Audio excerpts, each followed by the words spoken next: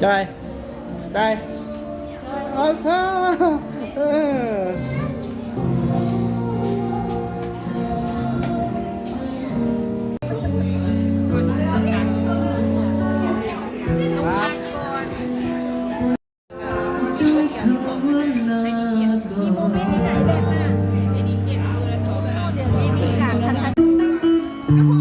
เกมชีวิตจริงที่ฉันต้องเจอ